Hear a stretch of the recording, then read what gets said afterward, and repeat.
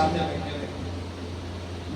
जब एक सेवक वचन का प्रचार करता है, हालेलुया, परंतु जिसको प्रभु पहले से अपने पास बुलाकर उन पर सालों साल लगाया, उनको सारी उनकी क्या करता है, प्रभु जिसको अपने पास बुलाता सबसे पहले उसकी जिंदगी में क्या करता है, उसके भूमि पर वचन का हल चलाकर सबसे पहले झाड़ी को हटाएगा, उसकी जिद को हटाएगा, उसके क्रोध को हटाएगा, उसके कठोरपन को हटाएगा, वो सब हटाकर फिर वचन का बीज बोया जाता है। अगर ये सब चीजें उस जमीन पर है तो बीज असर नहीं करेगा, वो बोया नहीं जा सकता।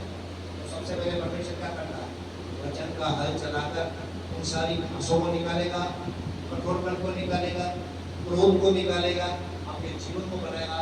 फिर वन जब तैयार हो जाएगा, भूमि जब तैयार हो जाएगी, जैसे किसान तैयार करता है, तब उसके अंदर बीज होता है। आगे ना, हालेलुया। कई बार सेवक कहीं पर चला जाता है तो कई लोग आकर बैठ जाते हैं वचन सुनने के लिए, हालेलुया। वचन सुनने के लिए क्या करते हैं, आके बैठ जाते हैं। अभी वो संसार से ही आया है, अब उसके मन के अंदर पहले से ही बहुत सारी घास फूस बैठा वचन से, पहले से मन में कितनी सारी क्या है, घास फूस।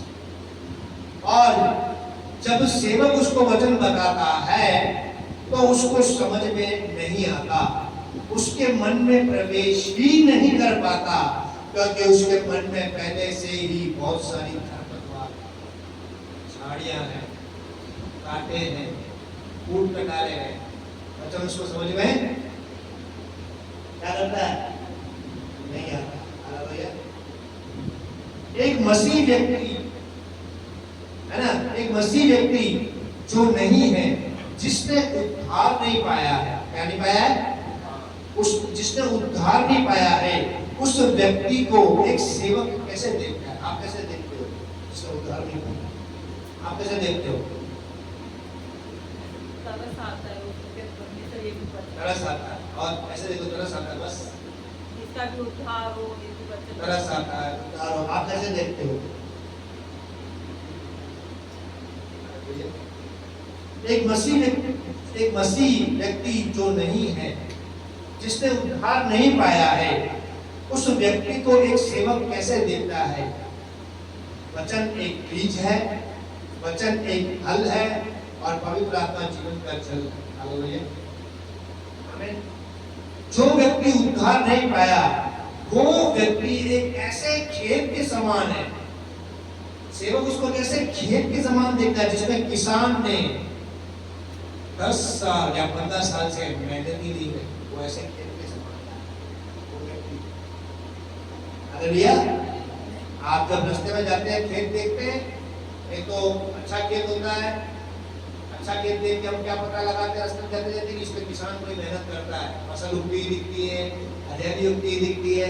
लेकिन थोड़ा और आगे जाएंगे तो एक खेत हो सकता है उसके पास में ही हो, उसमें क्या होता है, अंटे संटे पेड़ उगे हुए होते हैं, बंजर जमीन होती है, एक हरियाली वाला खेत फसलें ले ला रही है, दूसरा बंजर खेत, तो देख के पता पड़ता है कि इसमें किसान ने मेहनत नहीं करी।